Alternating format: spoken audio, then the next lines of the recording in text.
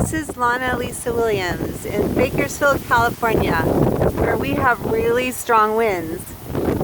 They're picking up and blowing things around, and there's a fire near us in the south. You can see the smoke and things blowing everywhere, and we don't really need all our houses to burn up because, contrary to popular belief, we all struggle really hard just to barely survive in this expensive state. So I hope where you are you don't have this problem of wildfires, but there's my house. It's the day before Halloween. We're all ready for Halloween. So pray for California because, wow, that wind is really strong and the firefighters are going to have a big problem. And the rest of us too. And there's the American flag blowing in the wind. It's kind of ironic.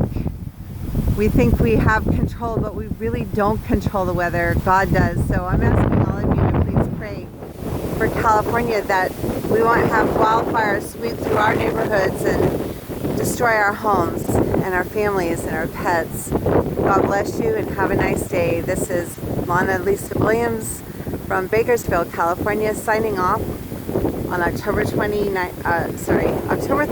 2019.